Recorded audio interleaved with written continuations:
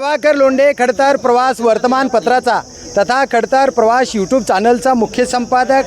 आज आपण शासकीय विश्रामगृह धाराशिव या ठिकाणी आलेलो आहोत। नियमाप्रमाणे 18/5/2026 रोजी जे मातंग समाजाची वज्रमुठ अशी एक बैठक आरक्षण वर्गीकरण अ ब कडच्या विषयावर या 57 जातीने म्हणजे आरक्षणामध्ये असणाऱ्या 59 जातीपैकी जे आरक्षणाला समर्थन देणारे होते त्या सर्व जाती या ठिकाणी उपस्थित राहिल्या आणि शासकीय विश्रामगृह या ठिकाणी भव्य अशी बैठक घेण्यात आली। नेमकी बैठक कशासाठी झाली आणि नेमकं यांच्या मागण्या काय आहेत आणि आज बैठकीमध्ये काय ठरलंय ते आपण विचारूया। या ठिकाणी आहेत गायकवाड शिवाजीराव, बोला नेमकं काय घडलं या बैठकीमध्ये। सर्वप्रथम आपल्या या चॅनलचं हार्दिक या ठिकाणी आम्ही स्वागत करतो की या महत्त्वाच्या विषयासाठी आपण चर्चा घेऊन या बैठकीसाठी आपण उपस्थित राहिलात। या आरक्षण उपवर्गीकरणाच्या संदर्भात जे महाराष्ट्रामध्ये जे चालू आहे, एक समाज आरक्षणाला विरोध करतोय, एक समाज आरक्षणाचं समर्थन करतोय, रस्त्यावरची लढाईची भाषा करतोय, परंतु एक आम्ही संवैधानिक पद्धतीनं शासनाकडे आरक्षण मागत आहे। शासनानं केंद्र शासन असेल, राज्य शासन असेल, तुम्ही आरक्षण नेमकं कोणाला मागायला तुम्हाला कोण विरोध करायला? आम्ही शासनाला मागतोय। आम्ही मग शासनाला तुम्ही आरक्षण मागत असताना तुम्हाला विरोध करायचा काय संबंध आहे? आमच्या समाजामधील SC प्रवर्गामधील काही जाती आहेत, पूर्वाश्रमाचे महार आणि आत्ताचे नवबौद्ध, हे आमच्या या उपवर्गीकरणाला मातंग समाजाला खास करून विरोध करतायत, मातंग समाजाच्या महापुरुषांना विरोध करतायत। म्हणून आज या धाराशिव जिल्ह्याच्या सर्वच पक्ष संघटना, राजकीय सर्वच नेते मंडळीनं या ठिकाणी बैठक घेऊन आपलं या ठिकाणी निर्णय जाहीर केलेला आहे। काय काय बैठकीमध्ये निर्णय झाला? उद्याच्या येणाऱ्या काळामध्ये आरक्षण उपवर्गीकरणासाठी आम्ही संविधानिक मार्गानं शासनाला आम्ही आजपर्यंतच्या लढाई लढलेल्या आहेत। मग मोर्चे असतील, आंदोलनं असतील, मोटरसायकल रॅली असतील, पदयात्रा असतील, उपोषण असतील, अशा पद्धतीनं आम्ही सरकारचं लक्ष वेधून आमच्या मागण्या मांडण्याचा प्रयत्न केलेला आहे। आणि त्या आंदोलनाला कुठंतरी यश येऊन आता शासन प्रशासन या उपवर्गीकरणाच्या करण्यासाठी आम्हाला या ठिकाणी दिसतंय। परंतु हे होत असताना मागा सांगितल्याप्रमाणे आमच्यातीलच काही प्रवर्गातील समाज बांधव त्याला विरोध करतायत। बरं, सर्वोच्च न्यायालयानं निर्णय दिला आहे, त्यांनी सरकारला विरोध करू द्या, तुम्हाला करू द्या, सर्वोच्च न्यायालयाचा निकाल तर बदलत नाही। सर्वोच्च न्यायालयानं राज्यघटनेच्या नियमाप्रमाणे तुम्हाला सर्व घटकापर्यंत आरक्षणाचा फायदा झाला पाहिजे असा तो निकाल आहे। या निकालाच्या माध्यमातून तुम्ही महाराष्ट्र सरकारला या निकालाची अंमलबजावणी करा म्हणून भांडतात। काय म्हणणं आहे महाराष्ट्र सरकारचं आता? साहेब, मला या ठिकाणी सांगायचं आहे की बाबासाहेब आंबेडकरांच्या घटनेवरती चालणारे आम्ही सर्वजण आहोत। आपण सर्वजण जाणतायत की सर्वोच्च न्यायालय, एखाद्या न्यायालयानं जर एखाद्या आरोपीला जर शिक्षा सुनावली, फाशीची शिक्षा जर सुनावली, तर ती मोर्चे आंदोलन करून किंवा उपोषण करून ती फाशीची शिक्षा रद्द होते का? हे न्यायालयीन बाब आहे। जी काही त्याचे पुरावे असतील, त्याची काही त्याची कोर्टातली हिअरिंग असेल, त्याच्यावरती तो निर्णय राष्ट्रपतीकडे किंवा राज्यपालाकडे जातो। तशा पद्धतीनं ही लढाई जी आहे सर्वोच्च न्यायालयाने निकाल दिलेला आहे की उपवर्गीकरण करा। बरं, आरक्षणाचं उपवर्गीकरण जे आहे हातात तोंडाला आलं आहे असं समाजाचं मत आहे, तुमची भूमिका काय?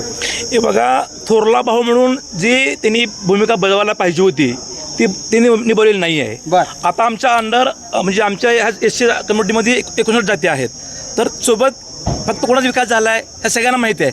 IAS अधिकारी कोणाचे जास्त आहेत, कलेक्टरचे कोणाचे आहेत, PSIचे कोणाचे आहेत। तुमचे हात धरले होते का त्यांनी शिक्षण घेण्यासाठी? हे बघा, आमचा इंग्रजीच्या काळामध्ये बाबासाहेब आंबेडकरांचे वडील रामजी आंबेडकर मेजर होते, सुबेदार होते, आणि आमचा समाज काय करत होता त्यावेळेस हजेरी द्यायचा कोर्टासमोर। अशी आमची त्यावेळेस परिस्थिती होती। आर्थिक परिस्थिती नाजूक असल्यामुळे आम्हाला ते शिक्षण जाता आलं नाही, आम्ही मान्य करतोय। आताच्या या लोकशाहीमध्ये तुमची परिस्थिती नाजूक फक्त पोतराजकी, हलगट कापणे, मसुबाला बकरे कापणे, पोतराजकी करणे, देवदासी करणे याच्यामुळे तुमची अधोगती झाली असं त्यांचं मत आहे, तुमच्या थोरल्या भावाचं। अगदी बरोबर आहे। तुम्ही शिक्षणाकडे का वळला नाहीत असं त्यांचं मत। इंग्रजीच्या काळामध्ये तुम्हाला मी ते सांगालो की शिक्षण घ्यायला पाहिजे होतं, तेव्हा आम्ही काय केलं, आम्हाला इंग्रजीने काय केलं, 3 टाइम हजेरी पाहिजे आम्हाला समजायला यायची, खायची तेव्हाच बनत होती आम्हाला, बरोबर। शिकायचं कधी शिकायचं मग म्हणून शिक्षणापासून आम्ही दूर होतो. आता आमचा समाज शिकलेला आहे म्हणून मागणी चालू आहे आता सध्या. महाराष्ट्र सरकार चालदखल करतं आहे असं वाटतं का तुम्हाला, किंवा सर्वोच्च न्यायालयाचा निकाल आतापर्यंत त्यांनी त्याची अंमलबजावणी केली नाही, म्हणजे महाराष्ट्र सरकार या सर्व जाती धर्माला, मागास जातीला समान न्याय देण्यासाठी, आरक्षण देण्यासाठी विलंब करत आहे असं वाटतं का तुम्हाला? बिलकुल हां 100% हे खरं हां. आहे की या राज्यातील सरकार जे आहे ती आरक्षण उपवर्गीकरणाचं अबकड करण्यासाठी थोडासा वेळ लागतो.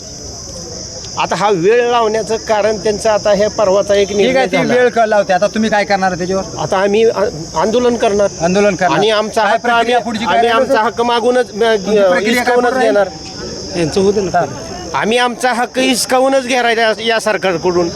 या सरकारची भूमिकाच अशी होती की या सरकारच्या अगोदरच्या काळामध्ये आमच्या एका मुलानं त्या धरणामध्ये लाईव्ह